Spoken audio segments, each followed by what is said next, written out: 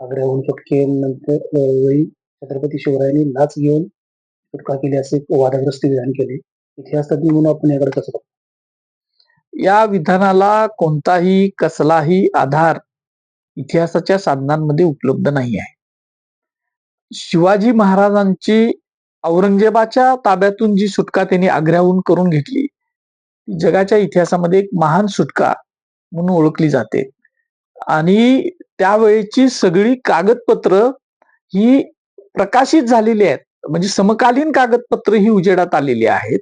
आणि त्याच कुठल्याही कागदपत्रांमध्ये शिवाजी महाराजांनी लाच दिली आणि शिवाजी महाराज अगदी निवांत आग्र्यावरून राजगडपर्यंत निसटून आले असं कुठेही म्हटलेलं नाही. उलट शिवाजी महाराज आग्र्याहून निसटल्यानंतर लगेचच औरंगजेबाची जी त्यानं आदेश दिलेले आहेत त्या आदेशांची नोंद ऐतिहासिक कागदपत्रांमध्ये आहे. आणि त्याच्यामध्ये अगदी स्पष्टपणे जिथं दिसल तिथं शिवाजी महाराजांना दस्त करावं, सगळे चौफेर त्यांनी खबरदारी बाळगावी, सगळ्या ह्यांनी जिथं जिथं चौक्या आहेत तिथं, म्हणजे ती सगळीकडं उलट काळजी घेतली होती की शिवाजी महाराजांना पुन्हा पकडलं जावं. शिवाजी महाराज आणि त्यांच्याबरोबर शंभूराजे या दोघांना दस्त करावं, पकडून आणावं, असेच आदेश पुन्हा दिलेले आहेत. हे सगळं आपल्याला लक्षात येतं. इतिहासाची कागदपत्र या शिवाजी महाराजांच्या सुटकेबद्दल भरपूर माहिती आपल्याला, म्हणजे आग्र्याहून निसटले शिवाजी महाराज त्यावेळेची सगळी माहिती आपल्याला उपलब्ध करून देतात.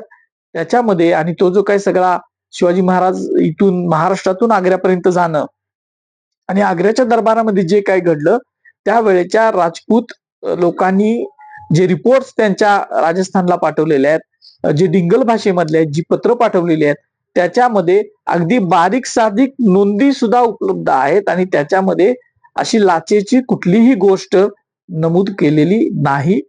सोलापूरकर विनाकारण शिवाजी महाराजांचा एक जो महान पराक्रम आहे, अत्यंत कझाक असणाऱ्या, क्रूर असणाऱ्या औरंगजेबाच्या तावडीतून निसटून येणं, त्याच्या हातावर तुरी देऊन येणं, हा एक मोठा पराक्रम होता. तो पराक्रमाला कुठंतरी गालबोट लागेल अशा पद्धतीचे ते विधान करतात. आणि महाराष्ट्र शासनानं याची गंभीर दखल घेणं गरजेचं आहे. पराक्रमी इतिहासाला कुठेतरी गालबोट लावण्याचा प्रयत्न होते असं वाटतं. अगदी 100%. नाहीतर असं विधान कोण करणारच नाही. ते जे काय बोलायला लागलेत, मी तो व्हिडिओ मधली थोडीशी क्लिप मी त्यांची पाहिली. गंमत म्हणून सांगतो असं त्यांचं म्हणणं आहे.